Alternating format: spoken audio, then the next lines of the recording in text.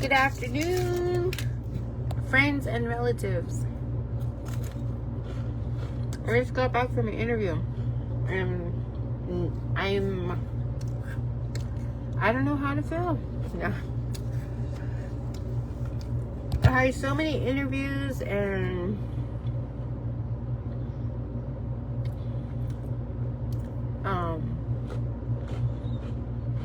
I'm excited and nervous at the same time. It's like,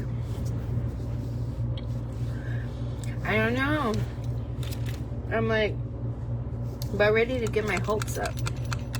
So, I mean, I always say that because I'm on the verge of just, like, I don't know, I'm just cursed, man. I'm cursed. I gotta suffer. So, I don't know. I repented of all my craziness when I was younger. And then I posted that, like, I don't know, maybe someday I'll tell my story, but I lived on this reservation all my life, basically, and I left when I was like, I mean, I just want to explain my points of view. I'm sorry to those who got offended for me saying that I'm talking the truth about things, but what I was trying to explain is the things that I'm talking about. The truth is, people get the tribe mixed up with, like, the government led organization is right here, and it's a government, and they have these programs that they get grants from over here. And then we have our tribe, where our people came from, our ancestors, our ways, our clanship, all this stuff over here.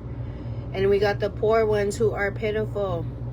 And so when I'm talking about these things that are going on with this organization, there's people in leadership over here that control things, and some of these people don't get in there or get treated a certain way.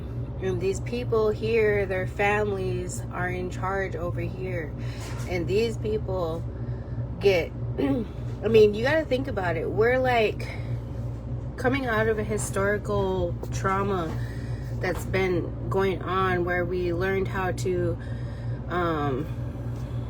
be numbing ourselves with alcohol, and that's been going on since they took the pride away from our men and placed us on reservations, and a lot of our people starved and died along the way. And so we're all mentally messed up, you know what I mean? And so we got used to that. That's why it's called historical trauma. It's like trauma that wasn't processed yet. And so we had to live like that, and they were pitiful. All of them, all of our people were pitiful that were placed on the reservation. Couldn't go hunting, couldn't live our ways, couldn't speak our language. A lot of things were ripped away from us. So we're still recovering from that. And so my point is, that's why some of them numb themselves with alcohol, drugs, because what's the point of trying? Like, right now I'm kind of at that point where I've been trying. I'm continuing my education. I quit doing a lot of things after I went to jail and prison. I seen a lot of things with our colored women, indigenous women, and where I was in New Mexico, there was hardly, I mean, whites were the minority there, you know.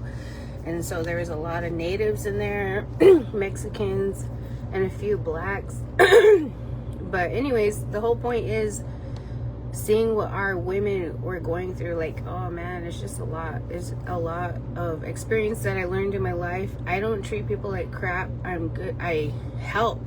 I mean, I understand.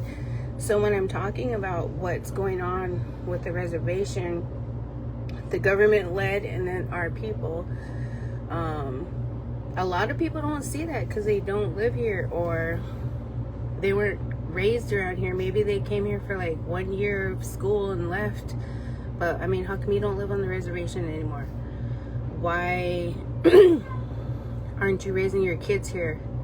You know, because it's that way. And I'm trying to get in there to help, but I can't, because like I said, there's people over here that's running this family, and then you have the ones over here that look down on other people. Oh, they're just I hate to repeat, but that family's just a bunch of drunks. Oh, they ain't nobody, you know, just looking down on each other, and yet they want to say, oh, I'm post things.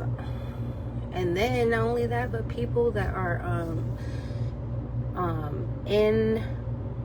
that have the power to hire people, they look down on people. I know that because this job that I was at, I started out as a contractor for the tribe, and I was working there, and I went to school with this girl who on the reservation, we both thought that it needed we wanted to do like a genealogy thing for that department.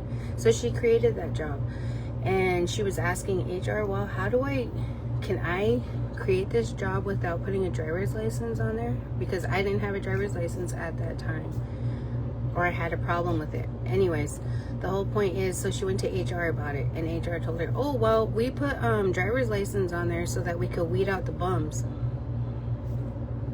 And so I'm being mean about speaking on stuff like that. Like, that's wrong. That's messed up. That's your own people.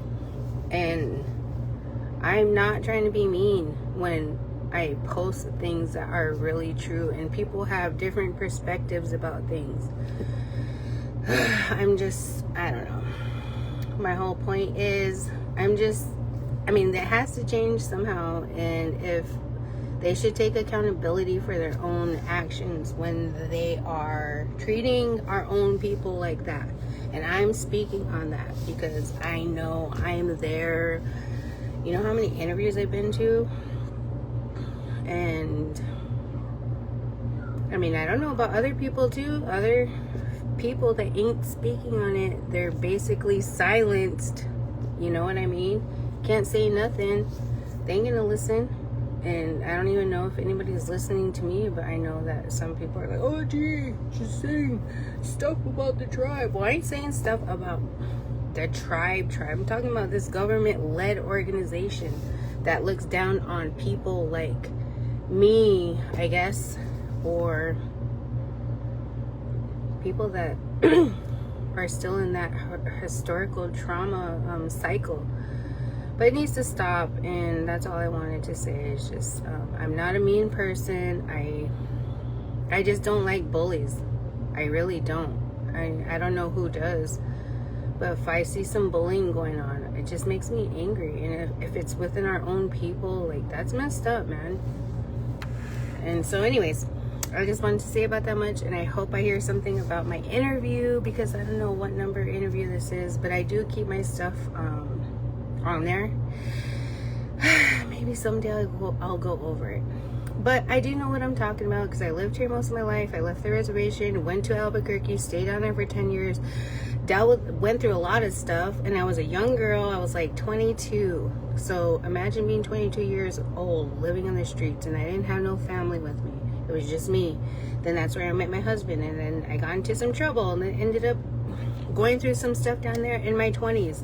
And then I came home during that time. I didn't have no kids for those years.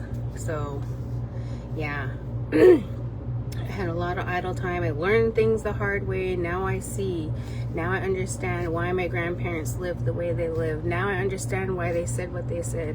And there's just a lot of understanding that I see now. And I just want to help somehow, and I just see what's going on isn't right, and that's why I try to live my life in a good way and do things in a good way for people. And yeah, I know I see a lot of people say, oh, I ain't nobody.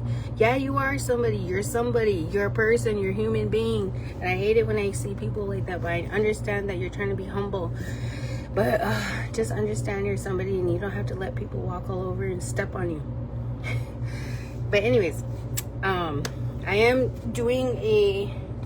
am working on a business to try to be able to help out, And as soon as I get everything situated, I already have my business plan in place.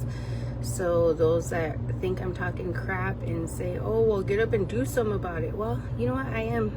So thank you very much. And what else? I don't know. But you guys all have a good day. And stay strong. I know that things are hard, but things are gonna get harder, and I'm trying to stay strong too. So prayers up and tobacco down. So have a good day, everybody. Love you.